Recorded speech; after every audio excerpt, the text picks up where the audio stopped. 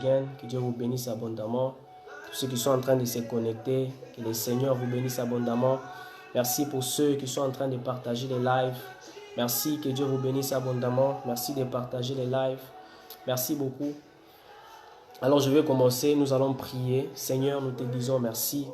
Merci pour ces instants et ces soirs que tu nous offres dans ta présence.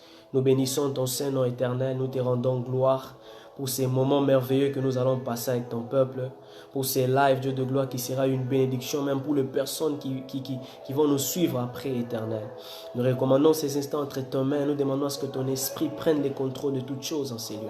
Au nom de Jésus que nous avons ainsi prié, nous disons Amen. Est-ce que tu peux saluer la présence du Saint-Esprit? Je ne sais pas comment tu vas le faire. Si tu es peut-être dans ta chambre, au salon, tu peux acclamer le Seigneur, tu peux faire du bruit pour le roi des rois. J'aimerais nous demander de nous connecter, d'être vraiment connectés ce soir. Il y a une pensée que le Seigneur va déposer dans ton cœur qui sera vraiment une bénédiction pour ta vie.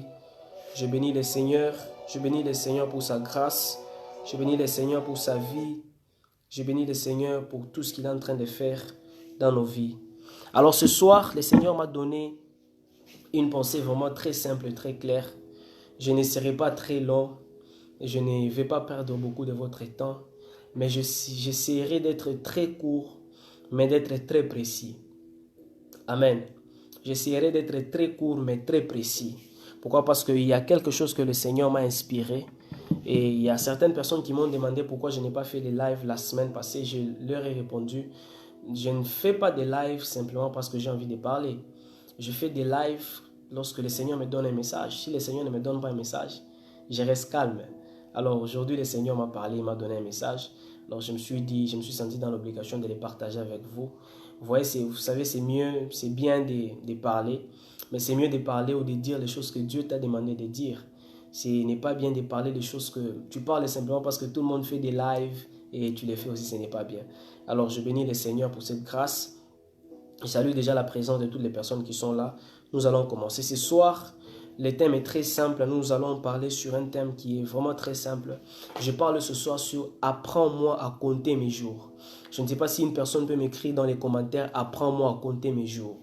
Apprends-moi à compter mes jours. Apprends-moi à compter mes jours. C'est ça le thème de ce soir. Est-ce que quelqu'un peut m'aider à écrire « Apprends-moi à compter mes jours » dans les commentaires? Tu écris « Apprends-moi à compter mes jours », nous commençons. Alors le Seigneur m'a inspiré ce thème.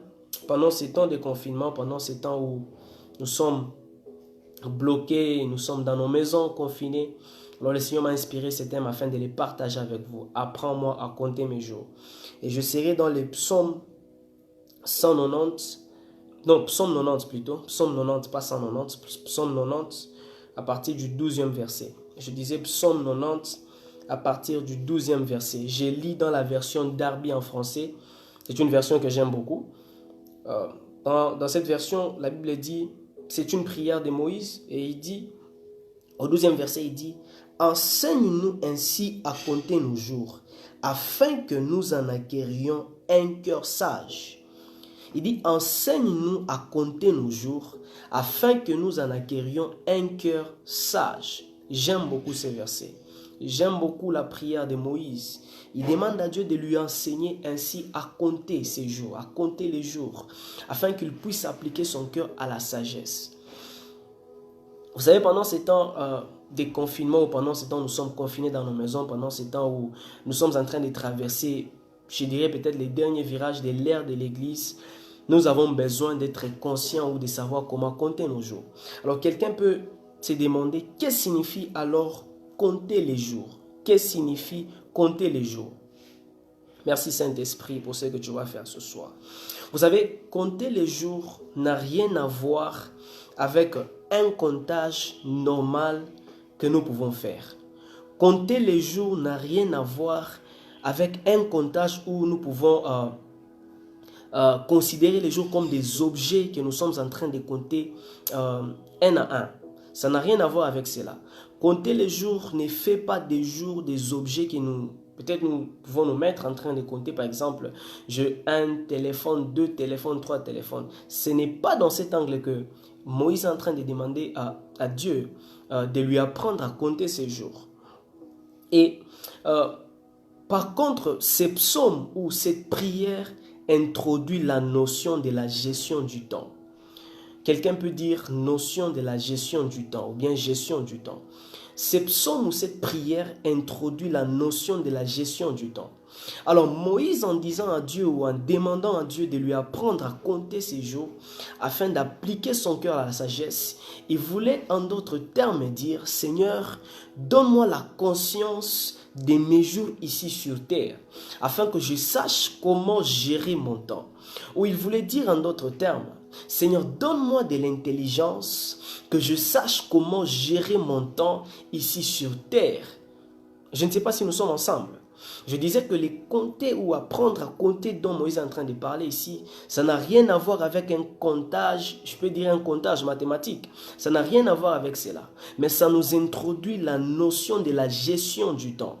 Vous allez remarquer que s'il y a une chose qui échappe beaucoup de personnes, s'il y a une chose qui nous échappe peut-être tous, c'est la gestion du temps. Plusieurs personnes n'ont pas la maîtrise du temps.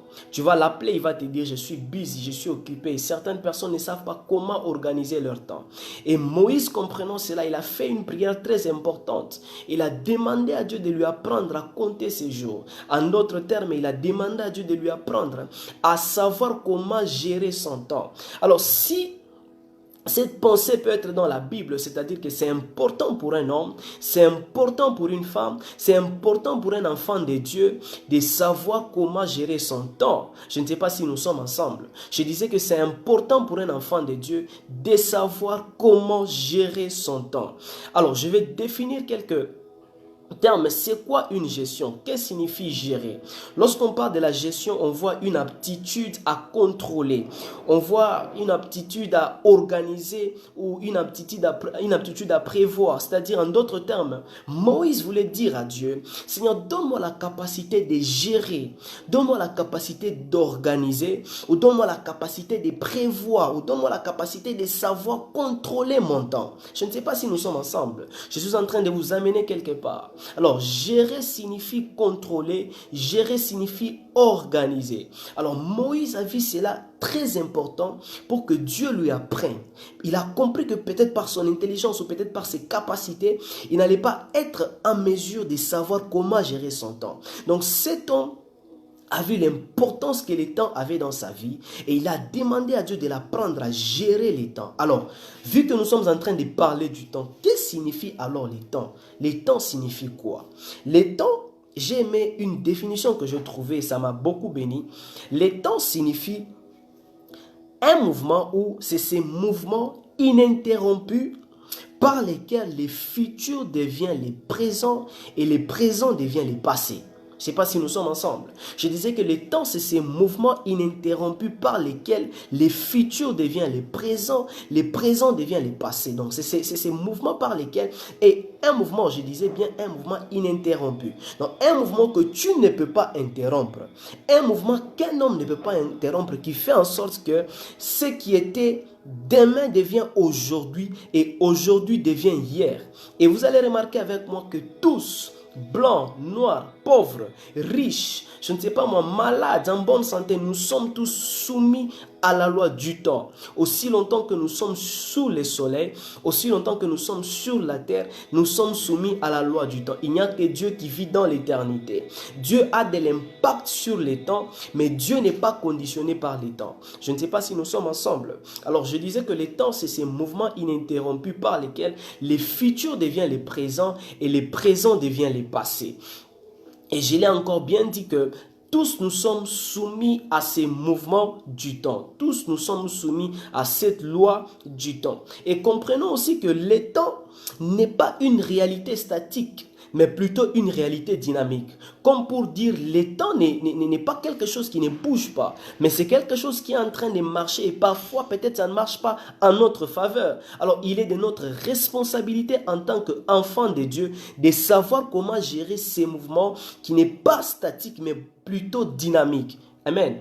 Je ne sais pas si nous sommes ensemble, si vous êtes en train de capter vraiment la pensée de ce soir. Alors je disais que le temps, c'est une réalité qui n'est pas statique, mais plutôt une réalité qui est dynamique. Pourquoi? Parce que les temps bougent, les temps avancent, les temps passent. Amen. Et comprenez que dans l'enfantement de la destinée ou dans la marche vers la destinée, une bonne gestion de son temps garantit aussi le succès de sa destinée. Vous voyez, les Anglais nous disent que time is money. Pour les Anglais, donc, le temps, c'est de l'argent. Donc, tu ne peux pas lui perdre le temps comme ça. Dès que tu perds son temps, c'est l'argent que tu es en train de perdre. Et vous allez comprendre que c'est ça même la pensée des businessmen. Les gens qui sont dans les business, donc passer le temps en vain, c'est peut-être perdre de l'argent parce que les temps qu'ils pouvaient passer en train de faire autre chose, ils pouvaient investir ça dans un business qui pouvait lui apporter de l'argent. Et ils disent que time is money, le temps, c'est de l'argent. Mais moi, je suis venu vous annoncer aujourd'hui que le temps n'est pas simplement l'argent, mais le temps, c'est la destinée. Jouer avec les temps ou négliger les temps, c'est négliger sa destinée. Est-ce que quelqu'un peut dire les temps, c'est la destinée? Je disais que jouer avec les temps ou négliger les temps, c'est négliger sa propre destinée. My God. Jouer avec les temps ou négliger les temps, c'est négliger sa destinée parce que le temps n'est pas simplement l'argent. Les temps que vous voyez ou les temps que vous connaissez ou l'heure que vous connaissez, c'est la destinée. C'est la destinée. Jouer avec cela ou négliger cela ou ne pas savoir comment gérer cela, c'est mettre toute une destinée en danger. Que Dieu vous bénisse. Alors je vais faire quelques remarques avant d'aller plus loin, afin que nous puissions comprendre c'est quoi la volonté de Dieu, la pensée de Dieu par rapport à l'esprit de ce soir. Je suis en train de sentir une forte présence de Dieu. Je ne serai pas trop théologique, non. Je serai très simple. Nous sommes en train de parler du temps. Je serai très simple. Le Seigneur nous fera trop du bien. Alors, je vais donner quelques remarques. Je vais commencer par ce premier point qui dit « Il est très dangereux pour un homme ou une femme de vivre comme si il ou elle est éternel sur la terre. » Bien-aimé, laisse-moi te dire, il est très dangereux pour toi de vivre comme si tu es éternel sur la terre. Il est très dangereux pour toi d'ignorer ou de négliger la loi du temps. Il est très dangereux pour toi de négliger ton temps. Vivre comme si la vie t'appartient. Vivre comme si le temps ou l'heure t'appartient. Vivre comme si demain t'appartenait. C'est un danger pour toi. Pourquoi? Parce que le temps est une réalité dynamique, ce n'est pas une réalité statique. Alors, vivre comme si tu es éternel sur la terre, vivre comme si tu peux tout faire comme tu veux avec ton temps, c'est mettre ta destinée en danger. Parce que je le répète encore, le temps n'est pas simplement l'argent, le temps c'est aussi la destinée. Alors pour un homme de vivre sur la terre, de négliger son temps, de se laisser emporter par n'importe quelle occupation, c'est une façon de mettre sa destinée en danger. Parce que le temps est précieux, le temps a de la valeur, le temps a de l'impact et il est dangereux pour un homme ou pour une femme de vivre sur terre comme si le temps l'appartenait, de vivre sur terre comme si le temps dépendait de lui, de vivre sur terre comme si lui pouvait contrôler le temps, de vivre sur terre comme si c'est lui qui dirigeait le temps. Non, le temps n'est pas dirigé par un homme, mais l'homme peut apprendre à gérer ou à manager son temps. Alors, bien-aimé, j'aimerais te donner une pensée ce soir. J'aimerais t'encourager ou j'aimerais appeler à ta conscience de savoir que c'est un danger pour toi de négliger les temps, c'est un danger pour toi je ne sais pas moi, de te donner à n'importe quelle occupation. Pourquoi? Parce que les temps que tu vois, l'heure que tu vois, il était 10 heures, il est devenu 11 heures, il est devenu 13 heures, il est devenu 14 heures. Les temps que tu vois là, c'est la destinée. Alors, il faut savoir bien gérer son temps afin de sécuriser aussi sa destinée. Est-ce que quelqu'un est avec moi? Je disais qu'il faut savoir bien gérer son temps afin aussi de sécuriser sa destinée. La deuxième des choses, ce que j'aimerais dire, c'est ne remets jamais à demain ce que tu peux faire aujourd'hui parce que le temps ne t'appartient pas. Bien-aimé, ne remets jamais à demain ce que tu peux faire aujourd'hui. Pourquoi? Parce que le temps ne t'appartient pas. Il y a des gens qui se retrouvent peut-être qu'il doit faire quelque chose, il se dit, ah, j'ai tout mon temps, je le ferai demain, ou je le ferai peut-être après-demain, je le ferai lorsque j'aurai 10 ans, je le ferai lorsque j'aurai 25 ans, ou je le ferai lorsque peut-être j'aurai 40 ans, je le ferai lorsque le temps ne t'appartient pas. Et il est très dangereux pour toi de remettre à demain ce que tu peux faire aujourd'hui. Peut-être tu as décrété une saison de prière, tu te dis, je dois être en prière, je dois être en intimité avec Dieu, je dois chercher la face de Dieu, mais tu te dis, non, j'ai encore mon temps, je peux regarder la télé. Alors je peux faire ça demain. J'aimerais t'annoncer ou te dire que c'est un danger pour toi de négliger le temps. C'est un danger pour toi de remettre à demain ce que tu pouvais faire aujourd'hui. Pourquoi? Parce que ta destinée en dépend. Pourquoi? Parce que le temps n'est pas simplement l'argent. Le temps, c'est toute une vie. Le temps, c'est toute une destinée. Alors, apprenons tous à ne pas remettre à demain ce que nous pouvons faire aujourd'hui. Si tu en as la capacité, tu en as le temps, il ne faut pas remettre ça à demain. Il ne faut pas te dire que j'ai encore le temps. Pourquoi? Parce que le temps ne suivra pas tes caprices. Le temps ne suivra pas tes fatigues. Le temps est en train de move ou d'avancer. C'est selon qu'il est dynamique. Selon qu'il est dynamique. Le temps ne va pas s'asseoir là-bas pour savoir que non, voilà cette personne, bon, vu qu'elle est fatiguée, que je l'attends aussi. Non, non. J'aimerais aussi t'annoncer. Vous savez, en 2019, tu avais, je ne sais pas moi, peut-être 20 ans. Et en 2020, ici, tu as maintenant 21 ans. C'est-à-dire que les choses que tu pouvais faire lorsque tu avais 20 ans, pendant que tu as 21 ans, peut-être que tu pourras avoir du mal à les faire. Je peux donner un exemple.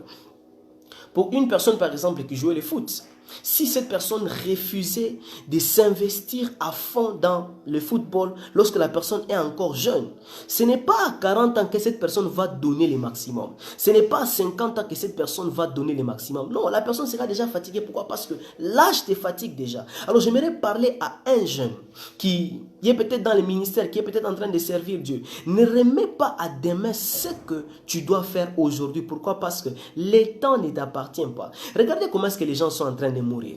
Parfois, nous passons toute une journée. Si tu regardes simplement, peut-être sur Facebook, combien de personnes postent les gens qui sont morts. Tu te rends compte qu'il y a beaucoup de gens qui sont en train de mourir. Et je me dis, si ces personnes avaient négligé le temps dans leur vie, est-ce qu'ils avaient accompli leur destinée? Il y a des gens qui meurent sans pour autant avoir accompli leur destinée. Pourquoi? Parce qu'ils ont négligé le temps. Ils ont remis à demain ce qu'ils pouvaient faire aujourd'hui. Alors la troisième des choses que j'aimerais partager avec vous, c'est que une mauvaise gestion de son temps expose sa destinée au danger. Une mauvaise gestion de son temps expose sa destinée au danger. Gérer mal son temps expose ta destinée au danger. Le fait de mal gérer ton temps, donc le fait de tout faire à n'importe quand, n'importe comment, n'importe quelle heure, met en péril ta destinée. Alors je suis venu par cet enseignement attiser en toi ou faire pousser en toi ces désirs-là d'apprendre à gérer ton temps. Tu vois, parfois tu dois t'imposer même parmi tes amis. On doit savoir qu'à telle heure, cette personne doit faire ça et ça. Donc, tu dois savoir comment gérer ton temps. Pourquoi? Parce que ne pas bien gérer ton temps, c'est mettre en péril ta destinée. Et la dernière des choses sur ces remarques que j'ai essayé de faire, que je peux partager avec vous, c'est que ce que tu seras demain dépend de ce que tu fais aujourd'hui avec ton temps. Amen. Ce que tu seras demain dépend de ce que tu fais aujourd'hui avec ton temps. Bien-aimé, qu'est-ce que tu fais avec le temps? Ne pense pas simplement que c'est pour rien que Dieu te donne le souffle de vie qu'il te permet de te réveiller chaque jour. Je m'excuse. Dieu ne nous permet pas de nous réveiller chaque jour simplement parce que nous devons nous réveiller. Non, pour que nous habillions. Non. Dieu nous réveille aussi pour un objectif, pour un but. Qu'est-ce que je disais? Dieu nous réveille pour un objectif, pour un but. Ce n'est pas pour rien que Dieu nous donne la vie. Ce n'est pas pour rien que Dieu te permet de réfléchir. Ce n'est pas pour rien que Dieu t'a donné un cerveau. Ce n'est pas pour rien que Dieu a permis que tu sois ce que tu es. Alors, ce que tu dois être demain dépend de ce que tu fais aujourd'hui de ton temps. Peut-être tu as reçu une prophétie. On a dit que tu seras prophète. Tu auras une très grande église. Tu auras une méga church. Mais j'aimerais te poser, qu'est-ce que tu fais qu'est-ce que tu fais de ton temps par rapport à cette destinée-là, par rapport à cette prophétie? Qu'est-ce que tu fais? Tu fais comment pour travailler cette prophétie-là? Il y a des gens qui reçoivent des prophéties, qui traitent aujourd'hui des prophètes, des menteurs. On te donne une prophétie, on te dit que peut-être dans l'année prochaine, à la même époque, tu vas te marier. Mais tu arrives l'année prochaine, à la même époque, tu ne te maries pas. Tu dis, les prophètes là m'avaient menti. Non. Qu'est-ce qui prouve que les prophètes avaient menti? Est-ce que tu t'es aussi peut-être posé la question de savoir ce que tu faisais avec ton temps lorsque la prophétie, après que la prophétie t'ait été donnée? Peut-être que Il fallait que tu t'investisses en prière par rapport à la prophétie. Tu pries, tu demandes à Dieu d'accomplir. Donc tu passes ton temps en prière pour investir pour cette prophétie. Mais tu t'es assis, tu t'es mis à regarder la télé, tu t'es mis à te distraire et le temps est passé. Il s'est fait que tu n'as pas pu récupérer ce que tu as déjà perdu. J'aimerais annoncer à quelqu'un, il y a des gens qui s'encouragent avec des versets tels que je vous ramènerai les années qu'ont dévoré les sauterelles. Bien aimé, il faut vous poser la question, c'est dans quel cas que Dieu ramène les années qu'ont dévoré les sauterelles? Ne pensez pas que c'est dans tous les cas. Tu es là, tu te distrais, tu fais n'importe quoi, tu penses que Dieu va amener les années que les sauterelles ont dévorées. Et il faut aussi savoir la question, il faut se poser la question de savoir c'est quelles sauterelles. Est-ce que ce sont les sauterelles de la distraction ou ce sont les sauterelles du combat? Si c'était un combat, oui, Dieu va ramener. Mais si c'était ta propre distraction, Dieu ne va pas amener. Pourquoi? Parce qu'il t'a donné la capacité d'investir, de gérer ton temps. Il t'a donné de l'intelligence. Tu n'as pas investi. Et je ne pense pas que Dieu, peut-être par sa grâce, je ne suis pas Dieu pour vraiment savoir qu'il va agir ou décider comme lui. Mais je sais simplement que peut-être par sa grâce, il peut t'accorder la grâce de récupérer certaines années. Mais tu n'auras pas la même vigueur, tu n'auras pas la même force. Alors, bien aimé, peut-être tu as déjà reçu des messages, on t'a déjà prophétisé, on t'a déjà annoncé que tu seras tel. J'aimerais t'encourager aujourd'hui à investir ton temps dans ce que Dieu t'a dit ou dans ce que tu as reçu comme prophétie. Il est très important d'investir ou de gérer ton temps. Le temps est très précieux, le temps est très important. Vous allez voir que mon message est très simple. Je ne parle pas ici oh non, il faut faire ça, non, il faut... Non, je ne suis pas là-bas. Aujourd'hui, je suis venu simplement vous apprendre ou nous apprendre, nous tous, à savoir comment gérer son temps. Je vous ai dit que je ne serai pas très loin. Je ne serai pas très loin, mais je serai vraiment très court ce soir. Pourquoi? Parce que ces messages, je n'ai pas besoin de trop parler. Je n'ai pas besoin d'être trop long pour que vous puissiez me comprendre. Mais je serai très court ce soir et je crois que le Seigneur va bénir la vie de quelqu'un. Alors, peut-être une personne se pose la question de savoir, il se dit, Japhet, tu nous as défini les temps. Tu nous as défini la gestion. Alors, comment est-ce qu'une personne peut gérer son temps? Et quelles sont les choses qui entrent en jeu lorsqu'il faut gérer son temps? Qu'est-ce qu'il faut faire pour gérer son temps? Et je ne suis pas en train ici de parler d'une saison. Je parle de l'heure. Je ne parle pas du temps dans un terme spirituel. Non, je parle du temps dans un terme physique. L'heure, la montre. Je parle du temps. Donc, 1 heure, 2 heures, c'est de ça que je suis en train de parler. Comment gérer son temps? Alors, la première des choses qui peut te permettre, qui permettra à une personne de savoir comment gérer son temps, la première des choses, c'est avoir la notion des priorités. Est-ce qu'une personne peut répéter la notion des priorités? Avoir la notion des priorités. La notion des priorités ou des urgences te permet ou permettra à une personne de savoir comment gérer son temps. Vous savez, c'est quoi une priorité? Une priorité, c'est la qualité des... Quand on parle d'une priorité, on voit la qualité de ce qui se situe avant dans les temps, ou on voit la qualité de ce qui a les droits de venir avant d'autres choses. C'est le fait que quelque chose vienne avant ou précède d'autres choses. Amen. C'est ça une priorité. Alors, en tant qu'enfant de Dieu, nous n'avons pas simplement besoin de savoir comment parler en langue. Nous n'avons pas simplement besoin de savoir comment chasser les démons. Mais nous avons aussi besoin de savoir ou d'avoir la notion de priorité. Pourquoi la notion de priorité? Parce que le temps ne nous appartient pas. Et si nous ne savons pas gérer les priorités de nos vies, nous allons nous retrouver en train de faire des choses qui sont en dehors du temps de Dieu, en dehors du temps que Dieu veut que nous puissions le faire.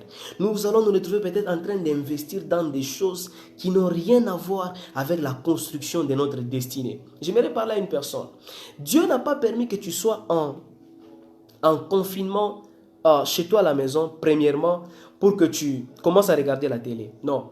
Je ne pense pas que Dieu a permis que tu sois confiné chez toi à la maison pour que tu commences à regarder des séries. Non. Je ne pense pas que Dieu a permis que tu sois confiné chez toi à la maison pour que, je ne sais pas moi, tu commences à jouer aux cartes, jeux des dames. Je ne pense pas que c'est ça la raison pour laquelle Dieu a voulu que tu sois en confinement. Alors, si tu n'as pas la notion des priorités, si tu ne sais pas quelles sont les choses qui doivent venir avant dans ta vie, tu auras du mal à gérer ton temps. Et surtout pendant cette saison de confinement, il y a des gens, si vous n'apprenez pas à gérer votre temps, de la même manière que tu es entré en confinement, ce sera de la même manière que tu vas sortir du confinement. Parce que j'aimerais annoncer à quelqu'un que ce confinement n'est pas éternel. Il y a un temps où ce confinement va passer. Je ne sais pas combien de temps ça va prendre, mais il y a un temps où toutes ces choses vont passer. Nous allons rentrer à la normale. Mais comment est-ce que tu vas rentrer à la normale? Comment est-ce que tu vas rentrer à la normale en tant que la même personne que tu étais, et mais où tu sortiras de ces confinements comme une personne transformée, comme une nouvelle personne avec une nouvelle façon de penser, avec une nouvelle façon de voir les choses? Est-ce que tu sortiras quand même de ce confinement avec quelque chose? Et sortir de ce confinement avec quelque chose dépend des choses dans lesquelles tu es en train d'investir ton temps. Oui, tu investis ton temps dans les jeux de dames, je t'assure que tu sortiras de ce confinement un professionnel dans les jeux de dames. Tu investis ton temps pendant ce temps, je ne sais pas moi, si tes priorités c'est peut-être gymer à la maison, je t'assure que tu vas quitter de ces confinements avec des muscles.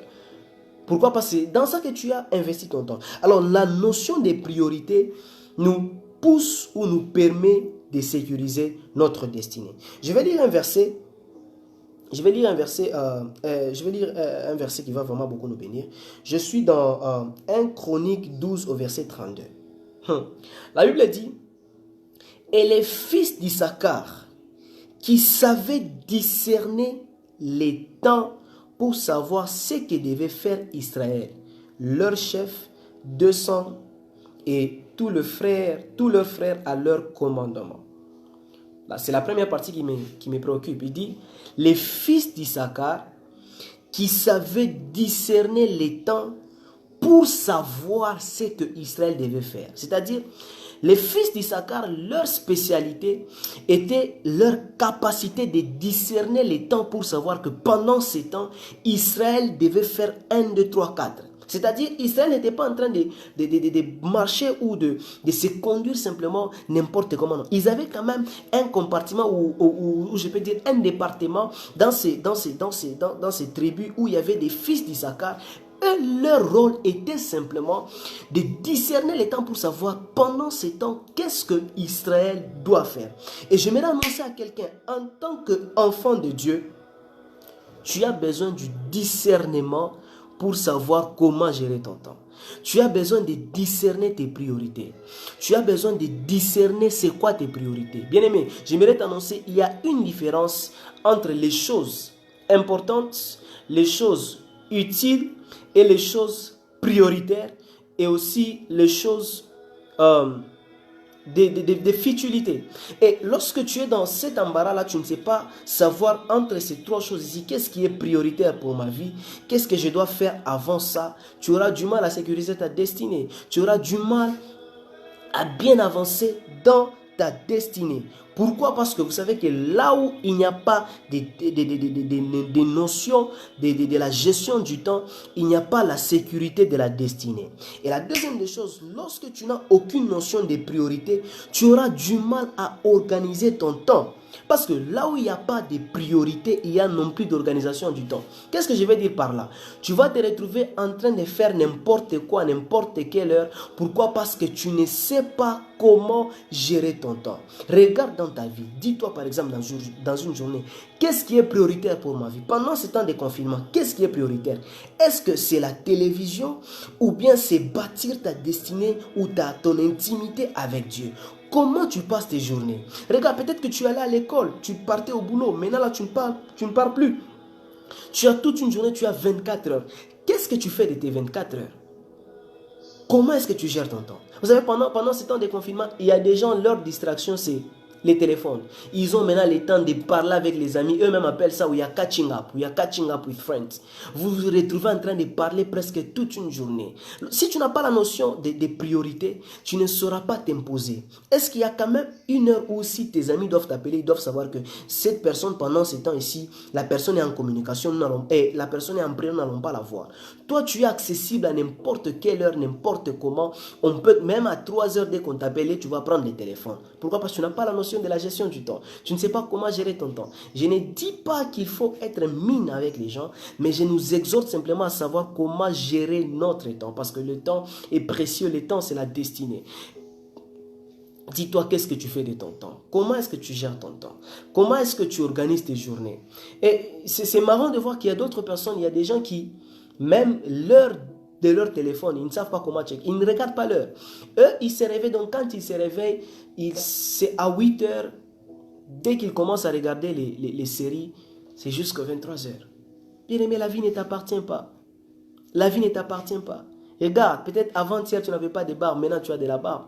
Comment tu vas faire? Tu es en train de prendre de l'âge. Il y a des choses que tu ne sauras pas faire lorsque tu vas prendre de l'âge. Il y a certaines choses qui sont susceptibles à être faites simplement aujourd'hui. Dès que tu passes le temps, c'est fini pour toi.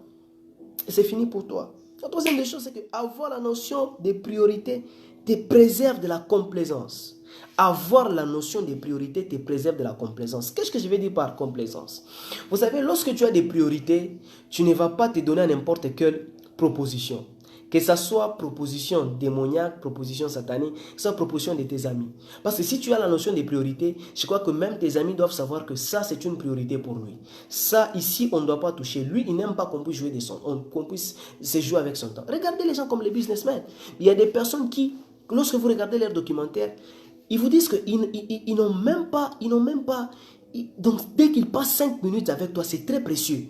Pourquoi? Parce que les 5 minutes qu'il est en train de passer avec toi, il pouvait investir ça dans d'autres choses. Bien aimé, tu fais quoi de ton temps? Il y a des gens pendant ces confinements, et tout ce qu'ils ont, c'est dormir. C'est tout ce qu'ils ont à faire. Bien aimé, est-ce que tu penses au moins au après-confinement? Tu penses au moins à ce que ta vie sera après le confinement. Tu penses au moins à ce que tu vas faire après le confinement.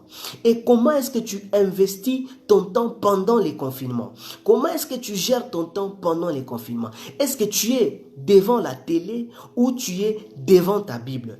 Est-ce que tu es, je ne sais pas moi, en train de te distraire ou tu es en train d'investir ton temps dans les choses les plus prioritaires? Je vais vous donner un exemple. Jésus-Christ se présente devant Marthe et Marie. La Bible dit que Marthe a commencé à se plaindre.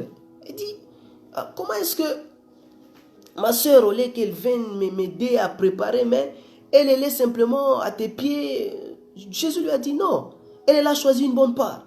Pourquoi? Ces deux personnes avaient deux priorités différentes. Pour celle-ci, sa priorité, c'était s'occuper de la cuisine. Mais pour l'autre, sa priorité, c'était d'abord d'écouter ce que le Seigneur avait à lui dire. Vous voyez ça? Et elle n'était pas complexée. Donc pour elle devait d'abord écouter ce que Dieu avait à dire. Vous voyez ça? Et cette personne avait cette notion de priorité à tel point qu'elle s'est imposée. Bien que sa soeur la cherchait à la cuisine, elle a refusé de partir. Pourquoi? Parce que la priorité pour sa vie à cet instant-là, c'était d'abord écouter Dieu. Bien, mais qu'est-ce que tu fais lorsque on te propose des choses qui sont en dehors de tes priorités? Est-ce que même tu as des priorités? Qu'est-ce que tu fais? Est-ce que tu te laisses emporter par n'importe quel vent? Si on t'appelle, on t'envoie un WhatsApp, on te dit il y a une série qui est en train de cartonner. Toi aussi tu pars là-bas, tu cartonnes avec cette série. Ou les gens savent que non, à 7 heures, cette personne sera indisponible. À 7 heures, il ne sera pas possible de la voir. Pourquoi? Parce que la personne a la maîtrise ou comprend que c'est très important de gérer son. Je ne sais pas si je suis en train de bénir la vie d'une personne. Une autre chose à savoir, c'est que tes priorités sont les éléments indicateurs de tes objectifs. Tes priorités sont des éléments indicateurs de tes objectifs. Qu'est-ce que je veux dire par là? C'est-à-dire que lorsque tu nous présentes tes priorités, nous serons en mesure de savoir c'est quoi tes objectifs dans la vie. Alors si tes priorités c'est regarder la télé, nous allons comprendre que tes objectifs dans la vie c'est être un homme de cinéma. Donc toi tu seras là simplement en train de regarder les gens à la télé. J'aime ce dicton qui dit... je sais que ça peut être hors du contexte. C'est dicton qui dit si une femme refusait un homme qui a la vision pour une femme qui a la télévision, après un temps, il regardera l'homme qui a la vision à la télévision de son mari. J'aime ça. Pourquoi? Parce que ça nous fait voir simplement que tes priorités nous définissent tes objectifs. Vous voyez? Alors, si tes objectifs à toi ou tes objectifs à toi dans la vie, je ne sais pas moi, c'est échouer la vie. Effectivement, tu vas investir ton temps dans les choses qui vont te faire échouer. Mais si tes objectifs, c'est réussir, c'est aller loin avec les choses de Dieu, c'est aller loin dans les ministères, c'est percer dans les ministères, je t'assure que tu investiras de ton temps dans les choses qui sont importantes pour ta destinée. Tu ne vas pas jouer avec ton temps. Tu vas investir ton temps dans les choses importantes. Et voyez, les personnes qui ont des objectifs dans la vie, si par exemple tes objectifs, c'est être un homme puissant dans les ministères, je crois que pendant ces temps, ce que tu dois faire, c'est lire la Bible, c'est lire des livres, c'est écouter des prédications, chercher la présence de Dieu, chercher la face de Dieu, être en prière, investir ton temps dans les choses qui sont nécessaires pour ta destinée. Mais si tes objectifs, c'est réussir et c'est échouer dans la vie, tu verras que tu vas t'investir dans la vie. Je ne dis pas que c'est très mauvais de regarder la télé, mais c'est aussi très mauvais de passer toute une journée devant la télé, parce que tu n'investis pas dans la télé, oui, il y a des choses qu'on peut apprendre à la télé, mais la télé ne va pas te construire à 100%. Si tu veux aller loin dans les ministères, je t'assure, ce n'est pas simplement la télé qui va te bâtir. Tu auras besoin de lire, tu auras besoin, je ne sais pas moi, de prier, tu auras besoin de jeûner, tu auras besoin de te retraiter. Toutes ces choses-là contribuent au succès de ta destinée. Et ces priorités nous montrent où ce sont des éléments indicateurs de tes objectifs dans la vie. Alors pose-toi la question, là où tu es, c'est quoi tes objectifs? Qu'est-ce que tu poursuis dans la vie? Qu'est-ce que tu poursuis avec la grâce que Dieu t'a donnée? Qu'est-ce que tu poursuis avec les opportunités que Dieu te donne? Qu'est-ce que tu poursuis avec les temps que Dieu te donne? Est-ce que tes objectifs, c'est d'échouer ou c'est de réussir dans la vie? Je vous ai dit que je ne serai pas très loin. Je suis déjà en train de chuter. Et la deuxième des choses, comme je vous ai dit, la deuxième des choses qui va nous permettre de savoir comment gérer les temps, j'ai dit que la première des choses, c'est la notion des priorités. Alors la deuxième des choses, c'est avoir la notion d'investir et de maximiser son temps dans les choses nécessaires. Vous voyez ça? C'est la deuxième des choses qui nous permet de bien gérer les temps. Donc savoir investir dans les choses qui sont nécessaires ou les choses qui sont importantes dans sa vie. Bien aimé, investir dans la télé, c'est bien. Investir dans le foot, c'est bien. Investir dans les divertissements, c'est bien. Mais pose-toi la question, est-ce que c'est nécessaire pour ta vie? Pendant ces temps de confinement, pose-toi la question, qu'est-ce qui est important? Je ne sais pas pourquoi j'insiste sur les temps de confinement. Plusieurs personnes sont peut-être distraites, ils aiment le fait qu'ils sont peut-être chez eux à la maison. Et j'ai ri aujourd'hui, j'ai fait une observation. Je me suis rendu compte qu'il y a certaines personnes qui ils sont entrés avant le confinement. Ils étaient à un niveau, ils vont se retrouver, ils vont quitter du confinement toujours avec les mêmes niveaux. Pendant ces temps, il y a des gens, j'ai parlé avec une personne, il m'a dit que pendant ces temps de confinement, depuis que le confinement a commencé, il a déjà écrit 3 livres. Il a déjà travaillé sur 3 livres, donc il travaille déjà sur 3 livres. Vous voyez, ce sont des personnes, ils ont la mentalité de succès, ils ont la mentalité d'investissement. Ils voient loin, ils disent, ah donc, vu qu'on me donne beaucoup de temps, je peux passer beaucoup de temps. Et il y a des personnes qui... eux, ils investissent le temps en famille. Peut-être que vous n'aviez pas le temps de parler en famille, d'échanger en famille. Pendant ce temps, vous échangez. Mais toi, seulement la télé, toi, seulement les téléphones, comment est-ce que tu vas réussir? Bientôt là, tu auras 40 ans. Bientôt là, tu auras 25 ans. Bientôt là, tu auras 30 ans. Est-ce que tu ne peux pas prendre conscience, même par cet enseignement, d'investir ton temps dans les choses les plus importantes? Alors, avant de chuter, j'aimerais m'adresser à 3 catégories de personnes. Avant de chuter, j'aimerais m'adresser à 3 catégories de personnes. La première catégorie de personnes à qui j'aimerais m'adresser, c'est aux jeunes comme moi. Les jeunes qui varient entre peut-être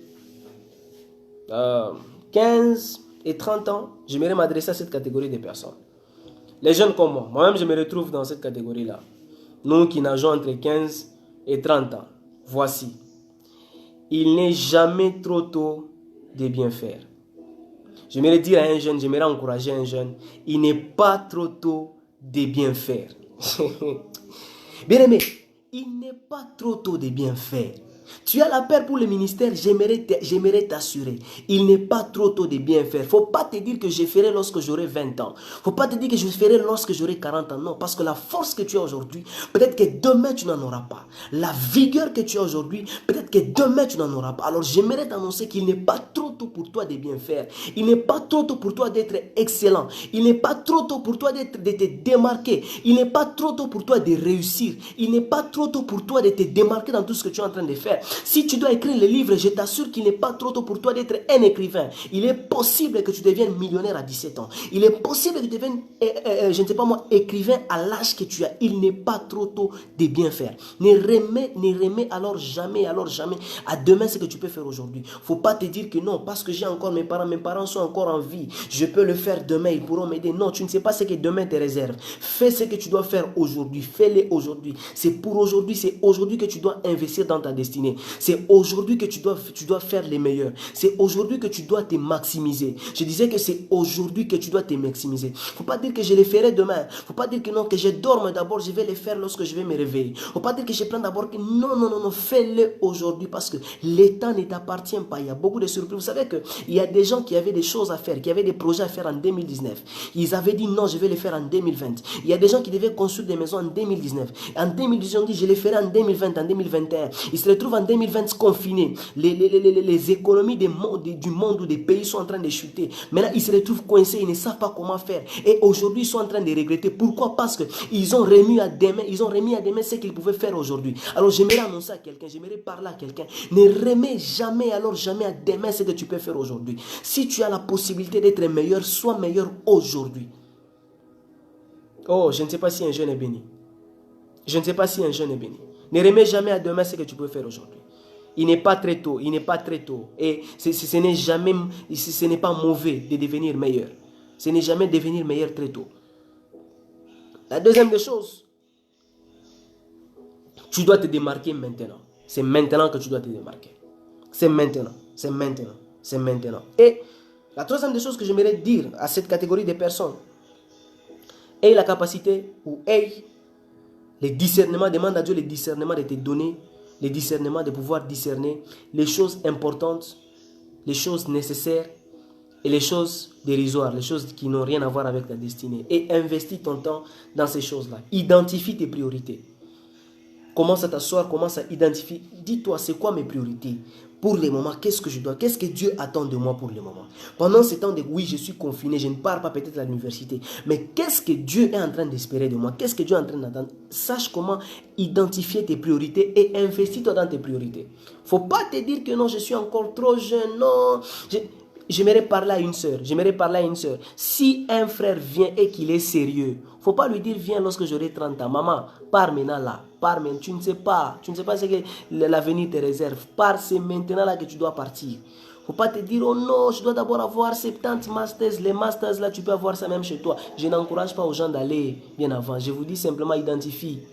Identifie d'abord tes priorités. Toi aussi frère, si le mariage n'est pas une priorité pour cette sœur, laisse-la. Si ce n'est pas d'abord, toi aussi, sœur, vraiment vérifie bien tes priorités.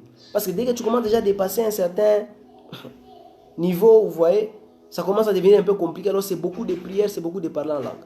Alors, c'est maintenant qu'il faut se démarquer. Alors, la deuxième catégorie à qui j'aimerais m'adresser, je crois que je dois beaucoup de respect à cette catégorie, beaucoup de respect, beaucoup d'estime. Pas pour dire que la catégorie précédente, je ne les ai pas respectées. J'aimerais simplement dire que cette catégorie, je les dois beaucoup de respect parce que c'est une catégorie, là où moi-même, je ne suis même pas encore arrivé. C'est ceux qui nagent entre 30 ans et 50 ans. Ce que vous devez comprendre, c'est que bientôt là, vous allez arriver à la phase descendante de votre vie. Bientôt là, vous aurez 50 ans. Bientôt là, vous allez chuter. Et vous n'aurez plus la force que vous avez maintenant. Alors, ne négligez pas les dons et les grâces que Dieu vous a donnés. Investissez en cela. Parce que très bientôt, vous ne serez peut-être pas à mesure de marcher par vous-même ou de faire certaines choses. Il y a des gens qui négligent certaines histoires. Ils se disent, Même pour avoir les enfants, moi j'aurai les enfants quand j'aurai 40 ans, quand j'aurai 35 ans. J'aimerais vous annoncer que peut-être ça pourrait être tard. Investissez votre temps dans les choses nécessaires maintenant. Il n'est pas trop tard pour vous de le faire. La deuxième des choses, ne vous laissez pas distraire par les futilités. Ne vous laissez pas distraire par les choses qui n'ont rien à voir avec votre destinée. Imposez vos priorités. Imposez vos priorités et investissez-vous par rapport à ces priorités. La dernière catégorie à qui j'aimerais m'adresser, c'est peut-être ceux qui nagent déjà entre 50 ans et plus. Je sais qu'il y a des gens, j'ai été adressé la fois dernière, apparemment il y a des grandes personnes qui suivent mes lives, vraiment des très grandes personnes qui suivent mes lives. Donc je crois que c'est aussi très important pour moi de m'adresser à eux. J'aimerais simplement leur dire qu'il n'est pas tard, parce que Dieu a la possibilité de vous restaurer. Peut-être vous n'aurez pas la même force que vous auriez pu avoir avant, mais vous pouvez faire le nécessaire avec les peu de force qui vous restent, les peu de vigueur qui vous restent. Peut-être c'est un père de famille qui n'a pas investi son temps dans sa famille, qui n'a pas montré l'amour à ses enfants. J'aimerais t'annoncer qu'il n'est pas tard, papa, de le faire et de bien le faire, avec la vigueur ou la force qui te reste. Parce que très bientôt, vous allez chuter. Vous allez voir que cet enseignement, je n'ai pas voulu donner une impression très théologique, mais j'ai voulu conscientiser la vie de quelqu'un à la gestion du temps. Pourquoi? Parce que le temps est très important et ce que nous faisons aujourd'hui nous définit dans le futur. Vous savez, ce que nous sommes aujourd'hui, moi je crois que c'est les résultats de ce que nous étions hier. Et ce que nous serons demain sera les résultats de ce que nous sommes en train de faire aujourd'hui. Alors, il y a des erreurs que nous avons commises hier que nous ne devons pas commettre encore aujourd'hui. Pourquoi? Parce que ça pourra nous rattraper dans le futur qui est en train de venir. Alors, regarde comment est-ce que tu as managé ton temps hier, comment est-ce que tu les manages aujourd'hui et comment est-ce que tu vas les manager demain. Et regarde les choses les plus importantes de ta vie, les nécessaires de ta vie et vois comment est-ce que tu es en train de les gérer. Pourquoi? Parce que le temps ne va pas céder ou donner à tes caprices. Le temps est dynamique. Le temps est dynamique. Et j'aimerais encore le dire que ce que nous sommes aujourd'hui, c'est les résultats de ce que nous étions hier. C'est les résultats de ce en quoi nous avons investi hier. Et ce que nous serons demain sera aussi les résultats de ce en quoi nous sommes en train d'investir aujourd'hui. Si aujourd'hui nous sommes en train de dormir, demain, nous allons encore dormir, nous allons échouer. Mais si aujourd'hui, avec l'opportunité que Dieu nous a accordée, d'être confinés, d'avoir tout le temps que nous avons, nous nous investissons dans des bonnes choses, dans des choses qui sont nécessaires, dans des choses qui sont importantes, je crois fermement du fond de mon cœur que nous allons réussir. Je crois fermement du fond de mon cœur que nous allons sortir de ces confinements des personnes très fortes et très victorieuses. Je vous rassure, je vous rassure. Si la jeunesse d'aujourd'hui peut s'élever et peut se décider d'investir son temps dans les choses les plus importantes ou dans ses priorités, je vous assure que demain, nous aurons une jeunesse qui sera très forte. Nous aurons une jeunesse qui sera puissante. Nous aurons une jeunesse qui va épauler beaucoup de nos parents. J'aimerais dire à quelqu'un qui néglige son temps. J'aimerais parler à quelqu'un qui pense que demain l'appartient. J'aimerais parler à quelqu'un qui croit qu'il peut tout faire avec son temps. Je te rappelle encore, le temps ne t'appartient pas. Prends-y conscience et investis dans les choses les plus importantes. Alors c'était votre frère Japhet Israël. Je suis béni par votre présence. J'étais béni moi-même par ces messages. Et je prie que ces choses soient dans vos quotidiens. Je prie que ces choses puissent changer votre façon de voir la vie, votre façon de considérer, de gérer le temps. Je prie que ces choses vous caractérisent. Je prie qu'après un tel enseignement, que votre façon de gérer le temps puisse changer. Je prie qu'après un tel un enseignement, que les gens constatent un changement même pendant ces confinements dans la manière dont vous êtes en train de gérer votre temps, dans la manière dont vous êtes en train de vous comporter par rapport à votre destinée.